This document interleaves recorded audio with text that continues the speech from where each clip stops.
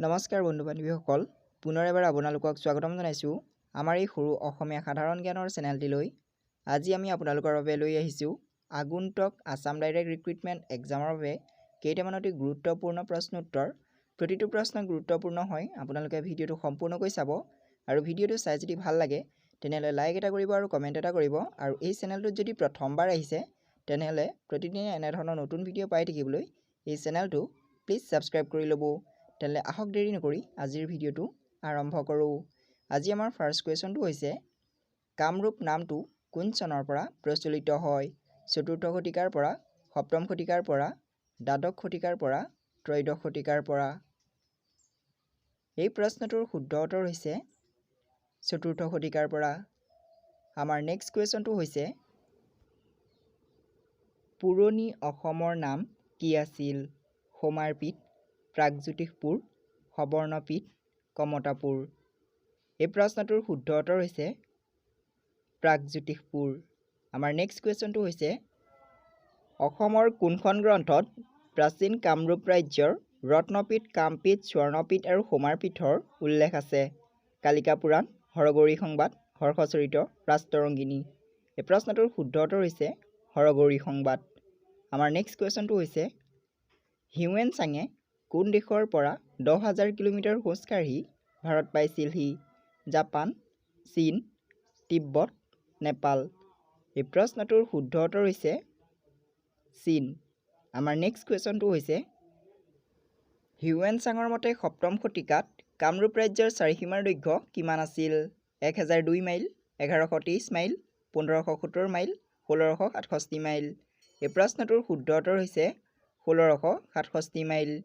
আমাৰ নেক্সট কোৱেশ্চনটো হৈছে প্ৰাচীন কামৰূপ ৰাজ্যৰ ভৌগোলিক অৱস্থা বুজাবলৈ কি শব্দ ব্যৱহাৰ কৰা হৈছিল কামৰূপেশ্বৰ দুৰ্জয়া লোহিত্য ঘটকেশ্বৰ এই প্ৰশ্নটোৰ শুদ্ধ উত্তৰ হৈছে লোহিত্য আমাৰ নেক্সট কোৱেশ্চনটো হৈছে কালিকা পুৰাণ কোন শতিকাত ৰচিত হৈছিল চতুৰ্থ শতিকাত পঞ্চম শতিকাত সপ্তম শতিকাত দশম শতিকাত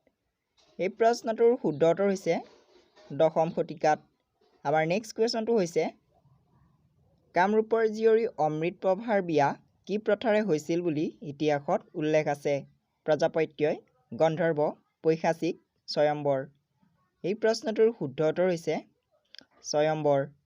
আমাৰ নেক্সট কুৱেশ্যনটো হৈছে